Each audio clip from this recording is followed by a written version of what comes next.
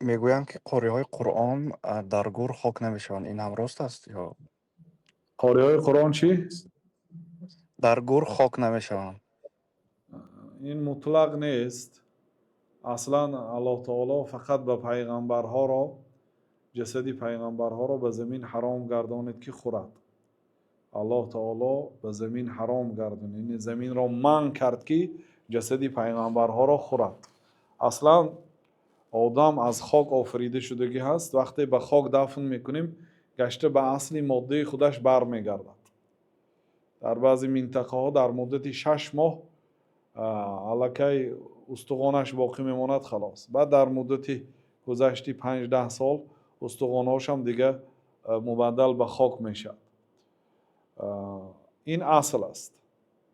لیکن گاه ها الله تعالی بعضی شهیدها، بعضی اولیاء الله، بعضی حافظان قرآن به اخلاص باشد، الله تعالی همچون کرامت اولیاء جسدی آنها را طولانی نگاه داشتنش ممکن است.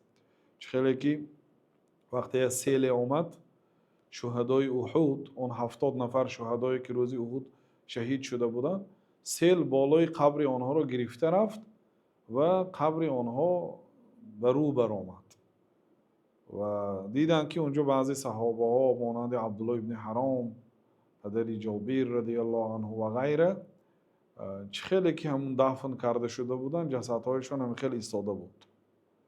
لیکن این غیر پیغمبرها و دیگرها تا قیامت دلیل نیست، اما پیغمبرها باقی میمونند. دیگرها را الله تعالی مدتی طولانی همچون اکرام و کرامت اولیاء نگاه داشتنش ممکن و اگر خاک شودن باقی ندارد، هیچ گپی نداره. الله تعالی میگه که منها خلقناکم و فیها نعیدکم و منها نخرجکم تارة اخرى.